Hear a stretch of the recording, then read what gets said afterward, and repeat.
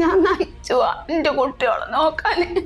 ഞാൻ ഒരാളേറ്റ് എതിർക്കാനും ഒന്നിനും പോണില്ല. അങ്ങനെ ജീവിക്കുകയാണ്. ആരെങ്കിലൊക്കെ തന്നിട്ട് ഒരു മാർഗമില്ല, ആരും കൊടുന്നേരല്ല. ആരെങ്കിലൊക്കെ എന്നിട്ട് ഈ കുടുംബത്തെയാണ് നിങ്ങൾ ഇങ്ങനെ വേട്ടയാടിക്കൊണ്ടിരിക്കുന്നത്. പാർട്ടിയുടെ പേരും പറഞ്ഞ് ഗുണ്ടായിസ് കളിച്ചുകൊണ്ടിരിക്കുന്നത് ഈ കുടുംബത്തെ. ഒരു നീതിയും കിട്ടിയിട്ടില്ല, ഞങ്ങൾക്ക് ഒരു നീതിയില്ല. ഞങ്ങൾ പേടിച്ചിട്ടാണ്. ഇന്ന് ചായ പോലും ഞങ്ങൾ കുടിച്ചിട്ടില്ല, പുറത്തേക്ക് ഇറങ്ങാൻ പേടിയായിട്ട്. അത്രയും സഹിച്ചിട്ട് അപ്പൊ ഇവിടെ കിടക്കുന്നു, വേദന സഹിച്ചിട്ട്. എത്ര ദിവസമായി? ഇന്നൊക്കെ 4 ദിവസമായി ഒരാളൊന്ന്. അപ്പൊ അവിടെ നിന്നപ്പോ ഇവരെല്ലാരും കൂടെ നമ്മളെ നേരക്കാണ് അടിക്കാനെന്നുള്ള ലെവലിലാണ് വരുന്നത്. അതിൽ ഞങ്ങൾ അങ്ങോട്ട് ഇറങ്ങി പോകുന്നതിനോട് കൂടെ വന്ന് ഈ മുസ്തഫ എന്ന് പറഞ്ഞ ആള് വന്ന് ആദ്യം ഉന്തിയിട്ട് അടിച്ചു. ഞാൻ തിരിഞ്ഞതിനോട് കൂടെ എന്റെ ശരീരത്തിൽ കയറി പിടിച്ചു. നമുക്ക് പറയാൻ വയ്യ, അങ്ങനത്തെ രീതിയിലാണ്. എന്താണ് ചെയ്തത്? പക്വമായി പറഞ്ഞോളൂ നിങ്ങൾ. അവര് എന്റെ ബ്രസ്റ്റിൽ കയറി പിടിക്കുകയാണ് ചെയ്തിട്ടുണ്ടായിരുന്നത്. നമ്മളെ പേരിൽ നമ്മളെ ഇങ്ങോട്ട് ചെയ്തിട്ടുള്ള അതേപോലെ അവര് നമ്മളെ പേരിൽ കേസ് കൊടുത്തിട്ട് ഈ പോലീസുകാർ വീട്ടിൽ കയറി ഇറങ്ങുകയാണ്. പോലീസ് സ്റ്റേഷനല്ല ബിജു ആണ് തീരുമാനിക്കുന്നത്. ജനങ്ങള് പ്രത്യേകം ആലോചിക്കേണ്ടത്, ഈ പോലീസ് സ്റ്റേഷനിൽ പോയിട്ട് ഒരു പാർട്ടി നേതാവിനെ ഏൽപ്പിക്കുകയാണ്. ആ പാർട്ടി നേതാവ് ശരിയാക്കി തരും എന്ന് പറയാണ്. പിന്നെ എന്തിനാണ് പോലീസ് സ്റ്റേഷൻ? ജോലി ചെയ്യാനുണ്ട്, മൂത്തമ്മ ജോലി ചെയ്യാൻ പോണതാണ്, തൊഴിലുറപ്പാണ്, അതെങ്കിലും ചെയ്ത് ജീവിക്കണം നമുക്ക്. കേരളത്തിലാണ് ഈ സംഭവം നടക്കുന്നത്. ഉത്തർപ്രദേശിലല്ലേ പട്ടിക്കാരെ പേടിച്ചിട്ട് ഓടി നടക്കുന്ന ഒരു കുടുംബം, അല്ലെ ഓടിപ്പിക്കുന്ന രീതിയിലേക്ക് പെരുമാറാം.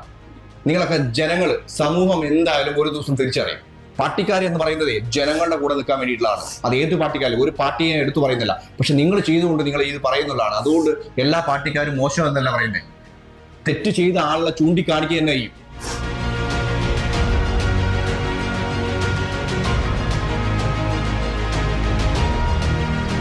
രാഷ്ട്രീയക്കാര് പല ആളുകളെയും ആക്രമിക്കുന്ന സംഭവമുണ്ട്. അത്തരം ഒരു സംഭവമാണ് ജനങ്ങളിലേക്ക് പങ്കുവെക്കുന്നത്. ഞാനിപ്പോൾ നിൽക്കുന്നത് വളാഞ്ചേരിക്കടുത്ത് അത്തിപ്പറ്റ എന്നുള്ള സ്ഥലത്താണ്. അപ്പോൾ ജനങ്ങളിലേക്ക് വലിയൊരു വിഷയം പങ്കുവെക്കേണ്ടതുണ്ട്. അതായത് രാഷ്ട്രീയക്കാര് എന്ത് തോന്നിവാസവും കാണിക്കാം എന്നുള്ള രീതിയിലേക്ക് ഇങ്ങനെ പോയാൽ എവിടെ എത്തും നമ്മുടെ രാഷ്ട്രീയം എന്ന് ചിന്തിക്കേണ്ടതുണ്ട്. ഒരു വീട്ടിലേക്ക് കഴിഞ്ഞ 4-ാം തീയതി 9 മണിക്ക് ഒരു ലോറി വന്ന് കയറുന്നു. മതിലും വീടിന്റെ കുറച്ച് ഭാഗവും നഷ്ടപ്പെടുന്നു.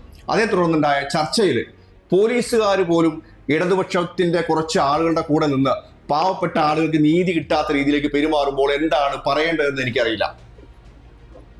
കാര്യം സാധാരണ ആളുകൾക്കും നീതി വേണം. നീതിക്ക് വേണ്ടിയിട്ടാണല്ലോ ഇവിടെ പല ആളുകളും ജീവിക്കുന്നത്. നീതിക്ക് വേണ്ടിയിട്ടാണ് പോലീസ് സ്റ്റേഷനിൽ പോകുന്നത്. പോലീസ് സ്റ്റേഷനിൽ നിന്ന് പറയാം, ഇന്ന പാർട്ടിക്കാരനുണ്ട്, അദ്ദേഹത്തെ കോൺടാക്ട് ചെയ്തോളൂ, അദ്ദേഹം റെഡി ആയി തരും, അദ്ദേഹം മുഖേനയാണ് ഇത് പരിഹരിക്കാൻ കഴിയുള്ളൂ എന്നുള്ളത്. പാർട്ടിക്കാരെല്ലാവരും ശ്രദ്ധിക്കേണ്ടത്, ഇത്തരം രീതിയിലേക്ക് പാർട്ടിക്കാർ പോവുകയാണെങ്കിൽ നിങ്ങളെ ജനം കല്ലെറിയുന്ന ഒരു കാലം വരും, ഉറപ്പ്.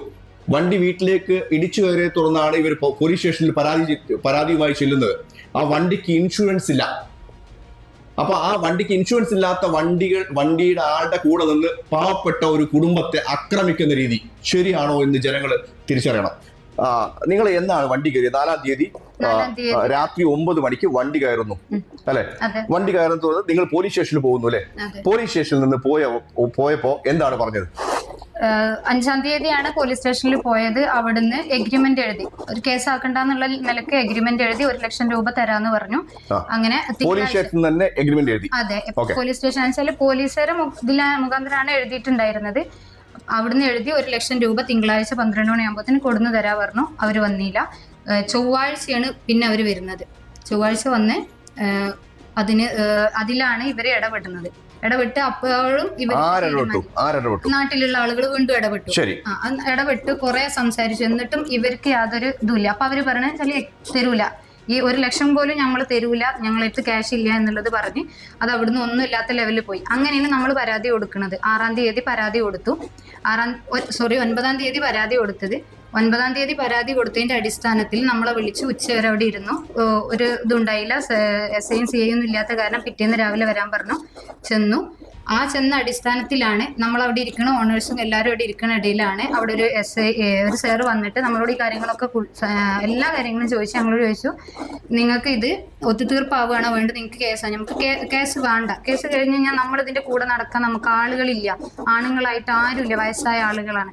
അപ്പൊ നമുക്ക് കേസ് വേണ്ടത് നമ്മളത് അവർ ശരിയായി ഒത്തുതീർപ്പാക്കി തരാൻ നമുക്ക് അത്രയും നല്ലതാണെന്ന് പറഞ്ഞു. അപ്പൊ സാറ് അങ്ങനെ ആയിക്കോട്ടെ, നമ്മൾ അതിനെല്ലാം ഉറപ്പല്ലേ എന്ന് വെച്ചിട്ട് വീണ്ടും വന്നു. അപ്പോഴാണ് സാറ് പറഞ്ഞ ബിജു എന്ന് പറഞ്ഞ ആള് വരും. അവർ വന്നിട്ട് പോലീസുകാരന്റെ പേര് പറയാമോ?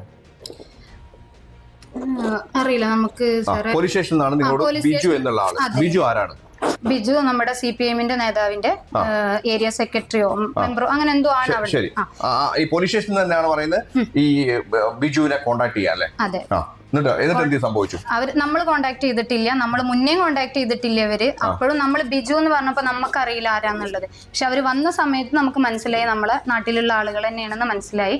അവര് ഇതിലിടപെട്ടു. അവരിടപെട്ട് ഇവരെന്താ കാട്ടി, പിന്നെ വീണ്ടും ഒത്തുതീർപ്പാക്കി. വീടും മതിലും എല്ലാം ഫുള്ളായിട്ട് ശരിയാക്കി തരാമെന്ന് പറഞ്ഞു. പിറ്റേന്ന് തന്നെ രാവിലെ അവിടെ ആള് വരും എന്ന് പറഞ്ഞു. പക്ഷെ വന്നില്ല.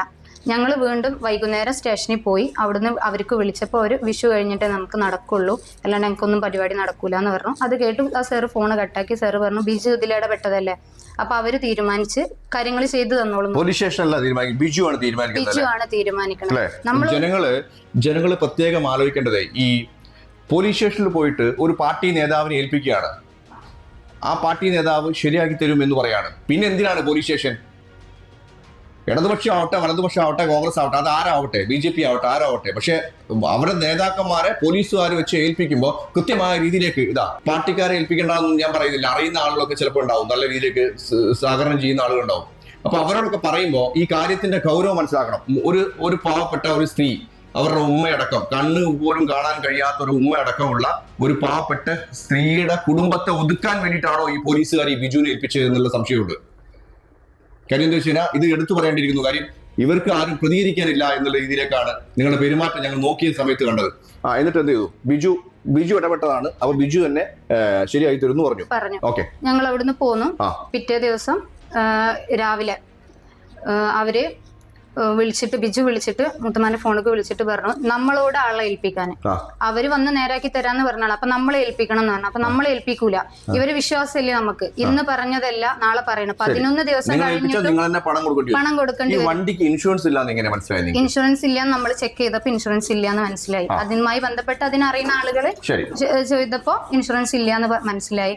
അപ്പോ എന്ത് ചെയ്തു? രാവിലെ വിളിച്ചപ്പോ നമ്മൾ അവരോട് പറഞ്ഞു എന്ത് ചെയ്യാൻ പറ്റൂല, നമുക്ക് ആളെ ഏൽപ്പിക്കാൻ പറ്റില്ല, നമുക്ക് അവരെ വിശ്വാസമില്ല. നമ്മൾ 11 ദിവസമായി ഇവരെ കാണാൻ തുടങ്ങിയിട്ട്. നിങ്ങൾ ഇന്നലെ കണ്ട ആളുകളാണ്, നമുക്ക് വിശ്വസിക്കാൻ പറ്റില്ല. നിങ്ങൾക്ക് അവരെ വിശ്വാസം ഉണ്ടെങ്കിൽ എന്ത് ചെയ്യാം, നിങ്ങൾക്ക് ഏറ്റെടുക്കാം. അപ്പൊ അയാള് നല്ല റോങ് ആയിട്ടാ സംസാരിക്കുന്നത്. നിങ്ങൾക്ക് ബിജു എന്ന് പറഞ്ഞാല് അതെ, അവര് അമ്മ മൂത്തമ്മ ഒപ്പം ജോലി ചെയ്യുന്ന ആളുകളാണ്. അപ്പോൾ ഇവര് പറഞ്ഞ എന്താ വെച്ചാല് നിങ്ങൾക്ക് എന്താ മനസ്സിലാവാതെ, നിങ്ങൾക്ക് പറഞ്ഞാൽ മനസ്സിലാവില്ലേ, വീട് എങ്ങനെയാണ് പെട്ടെന്ന് നേരാക്കി തരില്ല വേണ്ടത്, നമുക്ക് നേരാക്കിയാണ് വേണ്ടത്. പക്ഷെ നമ്മൾ ഏറ്റെടുത്ത് കഴിഞ്ഞാൽ വൈകുന്നേരം ഈ പണിക്കാർ പോകുമ്പോൾ നമ്മളോടാ ക്യാഷ് ചോദിക്കുക. ഈ പണിക്ക് പോവാത്ത ആള് എവിടുന്ന് ക്യാഷ് കൊടുത്തു? അത് കഴിഞ്ഞ് പിന്നെ അന്നൊരു വിവരം ഉണ്ടായില്ല. പിറ്റേന്ന് 16-ാം തീയതി വൈകുന്നേരം 6 മണിക്ക് ശേഷം മൂത്തമ്മ രാവിലെ എന്നും എൻ്റെ വീട്ടിൽ നിന്ന് ഇവിടേക്ക് വരിക ചെയ്യുക, അത്തിപ്പറ്റക്ക് വരിക ചെയ്യുക. വൈകുന്നേരം ഒരു 6-6:30 ആകുമ്പോഴത്തേന് തിരിച്ചങ്ങോട്ട് തന്നെ വരും. എന്താ വെച്ചാൽ ഇവിടെ ആരെങ്കിലും വീട്ടിൽ വന്നു കഴിഞ്ഞാൽ അറിയില്ല, നമ്മളായിട്ട് ഒരു കോണ്ടാക്റ്റും ആരുമില്ല. ഇവര് വീട്ടിൽ വരികയാണ്. അപ്പൊ അതിന് വേണ്ടിയിട്ടാണ് ഇങ്ങനെ വരിക. അപ്പൊ 6:30 സമയത്ത് തിരിച്ച് പോരാൻ നിൽക്കുന്ന സമയത്താണ് ഈ ഓണർമാരും ഡ്രൈവർമാരും ഈ പിന്നെ പാർട്ടി ഓഫീസിലെ ആളുകളും എല്ലാവരും കൂടി വന്ന് വീട്ടിൽ കയറുന്നത്. വീട്ടിൽ കയറിയിട്ട് ആദ്യം നല്ല രീതിയിൽ സംസാരിച്ചു എല്ലാം ശരിയാക്കി തരാം. അപ്പൊ അവരൊരു എന്തോ പിന്നെ കൈക്കോട്ടും അതെന്തോ കൊടുന്ന് വെച്ചിട്ടുണ്ട് നേരാക്കാന്നുള്ള ഒരു ഇതിന് വേണ്ടിയിട്ട്. അപ്പൊ എന്ത് ചെയ്തു? ഇവര് സംസാരിച്ചു ക്ലിയർ ആയതിന് ശേഷം പറഞ്ഞു നിങ്ങൾ കൊടുത്ത കേസല്ല പരാതി ഒഴിവാക്കണം എന്ന് പറഞ്ഞു. അത് നമുക്ക് എങ്ങനെ ഒഴിവാക്കാൻ കഴിയില്ല. നമ്മൾ ഇതൊരു ബലത്തിന് വേണ്ടിയിട്ടാണ് പരാതി കൊടുത്തത്. നമുക്ക് ഒഴിവാക്കി കഴിഞ്ഞാൽ നമുക്ക് അതും ഇല്ല, ഇവര് നേരാക്കി തരുന്ന അതും നമുക്ക് ഇല്ല. ആ ഒരു സിറ്റുവേഷനിലാണ് മൂത്തമ്മാനെ നല്ലോണം സംസാരിച്ചു. അപ്പൊ കിട്ടുന്ന പാട് നോക്കിക്കോളും, ഇത് കിട്ടി കഴിഞ്ഞാൽ ഞങ്ങളെ രാഷ്ട്രീയത്തിന്റെ രീതിയിൽ ഞങ്ങൾ പെരുമാറും, അതിനനുസരിച്ചിട്ടാവും പിന്നെ നിങ്ങൾക്ക് ഗുണ്ടായിസായി. അതാണ് ഉണ്ടായത്. അങ്ങനെ മൂത്തമ്മ പേടിച്ചിട്ട് വേഗം മോൾക്ക് വിളിച്ചു, മോളോട് സംസാരിച്ചു. മോളും ഈ രീതിയിൽ നമ്മളെ അത് നടക്കൂല പറഞ്ഞു. മോളെ അപ്പൊ എനിക്ക് വിളിച്ചു, ഞാൻ ഇവിടെ ഉണ്ടായിട്ടില്ല, ഞാൻ ക്ലാസ്സിന്. ഈ പാവപ്പെട്ട സ്ത്രീക്ക് പല ആളുകളും പിരിവെടുത്തുണ്ടായി കൊടുത്ത വീടാണ് ആ വീട് അല്ലെ? അങ്ങനെ തന്നെ അല്ലേ? അത്തരം രീതിയിലേക്ക് പാവപ്പെട്ട ഒരാളെ നിങ്ങൾ ഇത്രയും പെട്ടെന്ന് ജാമാക്കി ഉള്ളിലേക്ക് ആക്കാമെന്ന് എങ്ങനെ തോന്നി എന്നുള്ളതാണ് എനിക്ക്. പ്രത്യേകിച്ച് ഈ ബിജു എന്ന് പറയുന്ന ആളുടെ അമ്മ നിങ്ങളുടെ കൂടെ വർക്ക് ചെയ്താ അല്ലെ? അത്തരം രീതിയിലേക്ക് പരിചയമുള്ള ഒരാളാവുമ്പോ ഇത്തരം ഗുണ്ടായിച്ച അല്ലെ? പാർട്ടിപരമായിട്ട് നോക്കും ഞങ്ങൾ അല്ലെ? ഓക്കെ, എന്നിട്ട് പറയാം. അങ്ങനെയാണ്. അപ്പൊ ഞങ്ങള് ഫോണിൽ കൂടെ സംസാരിച്ചപ്പോൾ അവരെ റോങ് ആവുകയാണെന്ന് കണ്ടേക്ക് നേരിട്ട് വന്നിട്ട് ഇതാക്കാം, നമുക്ക് സംസാരിക്കാന്ന് പറഞ്ഞു. ഞാൻ എൻ്റെ ഹസ്ബൻഡിന് വർക്ക് ചെയ്യുന്നിടത്തുനിന്നാണ് വരുന്നത്. ഹസ്ബൻഡിനെ കൂട്ടി ഞാനും എത്തി, അവളും അവളെ ഹസ്ബൻഡും അത് വന്ന സമയത്ത് അവരവിടെ ഇല്ല. അപ്പൊ മൂത്തമ്മാനെ ഏൽപ്പിച്ച് പോയിട്ടുണ്ട്. അവർ വന്നു കഴിഞ്ഞ് കഴിഞ്ഞാൽ, മക്കൾ വന്നു കഴിഞ്ഞാൽ പാർട്ടി ഓഫീസിലേക്ക് വരാൻ പറഞ്ഞിട്ട്, പാർട്ടി ഓഫീസ് എന്ന് പറഞ്ഞാൽ ഞങ്ങളെ തൊട്ടടുത്ത വീടിന്റെ നേരെ അപ്പുറത്ത്, ദൂരമൊന്നുമില്ല, നമുക്ക് നോക്കിയാൽ കാണുന്നത് തന്നെ. അങ്ങനെ ഞങ്ങൾ പോയിട്ടില്ല. അവിടുന്ന് ആള് വന്നിട്ട്, ഇപ്പൊ മുസ്തഫ എന്ന് പറഞ്ഞ ആള് വന്നിട്ടാണ് ഞങ്ങളോട് ചെല്ലാൻ പറഞ്ഞിട്ടുണ്ടായിരുന്നു. അതിൽ ഞാനും മൂത്തമ്മാൻ്റെ അടുത്ത് കുട്ടിയുണ്ട്, മൂത്തമ്മാൻ്റെ മോളും കൂടിയാണ് ഞങ്ങൾ പോണത്. ഞങ്ങൾ പോയ സമയത്ത് ഞങ്ങൾ ഉള്ളിലേക്കൊന്നും കയറില്ല. ആ സ്റ്റെപ്പിൽ, അത് ചെറിയൊരു റൂമാണ്, ആ സ്റ്റെപ്പിൽ നിന്ന് ഉള്ളിലേക്ക് കയറാനൊന്നും പറ്റുന്നില്ല, അത്രയും ആളുകളാണ്. അപ്പം ഞങ്ങളോട് അങ്ങോട്ട് ചെല്ലാൻ പറഞ്ഞിട്ട് അവരവിടെ മീറ്റിംഗ് എന്തോ ആണെന്നാണ് പറയുന്നത്. പക്ഷെ ഞങ്ങളെ കണ്ടതിനോട് കൂടെ ഈ ബീച്ച് മുസ്തഫയൊക്കെ ഇറങ്ങി അവിടുന്ന് വന്ന് നിങ്ങളോട് ആരാടി ഇങ്ങോട്ട് വരാൻ പറഞ്ഞാൽ നിങ്ങൾക്ക് എന്താണ്, അത്രയും നമുക്ക് പറയാൻ തന്നെ പറ്റാത്ത രീതിയിൽ മോശമായിട്ടുള്ള. നിങ്ങളോട് കേസ് പിൻവലിക്കാൻ വേണ്ടി പറഞ്ഞു? അതെ, കേസ് പിൻവലിക്കാനാണ്. കേസ് പിൻവലിക്കാൻ വേണ്ടി സമ്മർദ്ദം ചെലുത്തിയായിരുന്നോ? എന്താ പറഞ്ഞ കേസ് പിൻവലിക്കാൻ വേണ്ടി പറഞ്ഞു? അത് പരാതി പിൻവലിക്കണം, പരാതി പിൻവലിക്കാതെ പറ്റൂല, ഇവര് നേരാക്കി തരാൻ തന്നെയാണ് പറയുന്നത്. പരാതി പിൻവലിച്ചതിന് ശേഷം മാത്രമാണ് വീട് നന്നായി തരുള്ളൂ എന്നുള്ള വാശിക്കാണ്. പക്ഷെ പരാതി പിൻവലിച്ചാൽ വീട് നന്നായി തരുമെന്ന് നിങ്ങൾക്ക് കൺഫ്യൂഷൻ ആയി. ഓക്കെ, ഈ സാധനം നിങ്ങൾ പാർട്ടി ഓഫീസിലേക്ക് പോയി, അവിടെ നിന്നുണ്ടായ സംഭവം പറയാം. അവിടുന്ന് ഇവര് നമ്മളെ നേരക്ക് വന്നു, അസഭ്യങ്ങളൊക്കെ പറഞ്ഞിട്ടാണ് വന്നത്. അതിനോട് കൂടെ ഞങ്ങൾ ഇറങ്ങി. ഞങ്ങള് ഈ സ്റ്റെപ്പുമെന്ന് ഇറങ്ങിയിട്ട് അവിടെ കുറച്ചൊരു സ്ഥല ഏരിയ ഉണ്ട്. അപ്പൊ അവിടെ നിന്നപ്പോ ഇവരെല്ലാരും കൂടെ നമ്മളെ നേരക്കാണ് അടിക്കാനെന്നുള്ള ലെവലിലാണ് വരുന്നത്. അതിൽ ഞങ്ങൾ അങ്ങോട്ട് ഇറങ്ങി പോകുന്നതിനോട് കൂടെ വന്ന് ഈ മുസ്തഫ എന്ന് പറഞ്ഞ ആള് വന്ന് ആദ്യം ഉന്തിയിട്ട് അടിച്ചു. മുസ്തഫ അവിടെ നാട്ടിൽ പാർട്ടി പ്രവർത്തകൻ. അതെ അതെ, ഗുണ്ടായിസുമാണ്. ഫുള്ള് ക്യാഷിന്റെ ഇടപാടുകളാണ് ഇവരുടെ. മുസ്തഫ എന്താ ചെയ്തുകൊണ്ടിരിക്കുന്നത്? മുസ്തഫ പാർട്ടിന്റെ ഇതിൽ തന്നെയാണ്, വേറെന്താ ഇതെന്നുള്ളത് നമുക്കറിയില്ല. അങ്ങനെ ഞാൻ തിരിഞ്ഞതിനോട് കൂടെ എന്റെ ശരീരത്തിൽ കയറി പിടിച്ചു. നമുക്ക് പറയാൻ വയ്യ, അങ്ങനത്തെ രീതിയിലാണ്. അവര് എന്റെ ബ്രസ്റ്റിൽ കയറി പിടിക്കുകയാണ് ചെയ്തിട്ടുണ്ടായിരുന്നത്. ഡ്രസ്സ് വലിച്ചു, ഡ്രസ്സ് കീറി, ബാക്കിൽ കീറിയിട്ടുണ്ടായിരുന്നു. അപ്പോ ഭയങ്കര അവര് ഈ ആളുകളുടെ 10-30 ആളുകളോളം അവിടെ ഉണ്ട്. നമ്മൾ ഇവരുടെ ഇടയിൽ ഈ ഒരു വണ്ടി ഇടിച്ചു എന്നുള്ള ഒരു കാരണത്താൽ നമ്മള് അപമാനിക്കപ്പെടുന്ന ഒരു അവസ്ഥയിലാണ് വന്നിട്ടുള്ളത്. അപ്പൊ ഞാനാണെങ്കിൽ വർക്ക് ചെയ്യുന്ന ഒരാളാണ്. നമുക്ക് ഈ ഒരു സ്ഥാപനത്തിക്ക് പിന്നെ പോകുമ്പോഴും ഇതിന്റെ അവിടെയൊക്കെ വരുന്ന ആളുകളും കൂടിയാണ് ഇവരൊക്കെ. അതിലുള്ള ആളുകൾ നമ്മളെ പിന്നെ നെറ്റിന്റെ കാശ് പിടിക്കും, ഇങ്ങനത്തൊക്കെ നമ്മൾ അറിയുന്ന ആളുകളും കൂടിയാണ്. ഇവർ നമ്മളോട് ഇങ്ങനെയും ചെയ്യുമ്പോൾ ഇവർക്ക് എന്താ അതിൽ ഉപകാരം എന്നുള്ളതാണ് നമുക്കറിയാത്തത്. നമ്മൾ പോയ സമയത്ത് ഈ വണ്ടിയത്തെ ഓണേഴ്സും ഡ്രൈവർമാരും അവിടെ ഉണ്ട്, ഈ പാർട്ടി ഓഫീസിലുണ്ട്. ആലപ്പുഴ കിടക്കുന്ന ആളുകളാണ്. നമ്മളെ നാട്ടിലുള്ള ഇവർക്ക് സംരക്ഷിക്കാൻ പറ്റാതെ അവരെ കൂട്ടുപിടിച്ചിട്ടാണ് ഇവരിത് ചെയ്തിട്ടുള്ളത്. തീർച്ചയായും ജനങ്ങൾ മനസ്സിലാവുമല്ലോ, ശരിക്കും കുറച്ച് ആളുകൾക്ക് മനസ്സിലാവുമല്ലോ. അപ്പൊ അതേ തുടർന്ന് എന്ത് സംഭവിച്ചു? ഇപ്പൊ എന്താണ് പ്രശ്നമുള്ളത് ശരിക്കും? അവര് മൂത്തമ്മാനെ പിടിച്ചുന്തി, മൂത്തമ്മാന്റെ കൂടെ കുട്ടി ഉണ്ടായിരുന്നു, 1.5 വയസ്സായിട്ടുള്ള കുട്ടി, പേരക്കുട്ടിയാണ്. അവരെ പിടിച്ച് ഉന്തിയനോട് കൂടെ മൂത്തമ്മാനെ മോള് പിടിക്കാൻ വന്നു, അവളെ പിടിച്ച് വലിച്ചിട്ടു. അതിനോട് കൂടെ മൂത്തമ്മാനെ മരുവന്, എന്റെ ഹസ്ബൻഡ്, ഇത് നമ്മളെ ചെയ്യുമ്പോൾ നമ്മളെ ഹസ്ബൻഡുമാരെ എന്തായാലും പ്രതികരിക്കും. അവരെ വന്നു, എന്റെ ഹസ്ബൻഡ് അവരെ നേരത്തെ ചെന്നതിനോട് കൂടെ ആളുകൾ പിടിച്ചു മാറ്റി. അവളെ ഹസ്ബൻഡ് എന്ത് ചെയ്തു, കുട്ടീനെ എടുത്തു, ഞങ്ങൾ പിടിച്ചു മാറ്റി. മൂത്തമ്മ എണീക്കാൻ നിന്നതിനോട് കൂടെ മൂത്തമ്മനെ ചവിട്ടുകയാണ്, നാവിക്ക് ചവിട്ടുകയാണ് അവർ ചെയ്തത്. ഇതിൽ ആരാണ് ചവിട്ടിയെന്ന് അറിയില്ല. ഒരുപാട് ആളുകൾ, 10-30 ആളുകൾ അടുത്ത് ഈ ഓഫീസിൽ ഉണ്ടായിട്ടുണ്ടായിരുന്നു. ഇത് നമ്മളെ വിളിച്ചു വരുത്തി മനഃപൂർവ്വം ചെയ്യാൻ. കേസ് കൊടുത്തു? നിങ്ങളെ കേസ് ഇടാതെ മറ്റൊരു കേസ് കൊടുത്തോ? നിങ്ങൾ എന്താണ് കേസിന്റെ അടിസ്ഥാനം? നമ്മൾ ഇവിടെ വന്നു, ഇന്റിമേഷൻ പോയിട്ട് പോലും അവര് പോലീസ് സ്റ്റേഷനിൽ ഒരു കോള് പോലും അവര് ചെയ്തിട്ടില്ല. വരുന്നതിന് പുറമെ ഒരു കോള് പോലും ചെയ്യാണ്ട് അവര് നമ്മളെ പേരിൽ, നമ്മളെ ഇങ്ങോട്ട് ചെയ്തിട്ടുള്ള അതേപോലെ അവര് നമ്മളെ പേരിൽ കേസ് കൊടുത്തിട്ട് ഈ പോലീസുകാര് വീട്ടിൽ കയറി ഇറങ്ങുകയാണ്. വീട്ടിലും പാർട്ടി ഓഫീസ് ആക്രമിച്ചു എന്ന് പറഞ്ഞിട്ട് നിങ്ങളെ പേരിൽ കേസ് കൊടുത്തു അല്ലേ? ഭയങ്കര രസകരമായ സംഭവം. അതായത് പോലീസുകാര് ആദ്യം പറഞ്ഞത് ഈ ഇടതുപക്ഷത്തിന്റെ ഈ നേതാവിനെ പിടിച്ചോളൂ, നിങ്ങൾക്ക് എല്ലാം റെഡിയായി തരും എന്ന് പറഞ്ഞിട്ട് ആ ഇടതുപക്ഷത്തിന്റെ ഓഫീസിൽ കയറി ആക്രമിച്ചു എന്ന് പറഞ്ഞ് ഈ ഒരു പ്രശ്നത്തിന്റെ പേരിൽ ഇവർക്ക് കേസിട്ടു. എങ്ങനെയുണ്ട്? അടിപൊളിയല്ലേ? എന്നിട്ട് ഇപ്പോ നിങ്ങളുടെ ഭർത്താവിന്റെ പേരിൽ കേസിട്ട് ജാമായി കളഞ്ഞു. നിങ്ങളൊരു സ്ത്രീയാണല്ലേ? നിങ്ങളൊരു സ്ത്രീ അല്ലേ? സ്ത്രീക്ക് നീതി ഉണ്ടോ? ഇങ്ങോട്ടൊക്കെ പറയാം, നിങ്ങൾക്ക് നീതി കിട്ടിയിട്ടുണ്ടോ?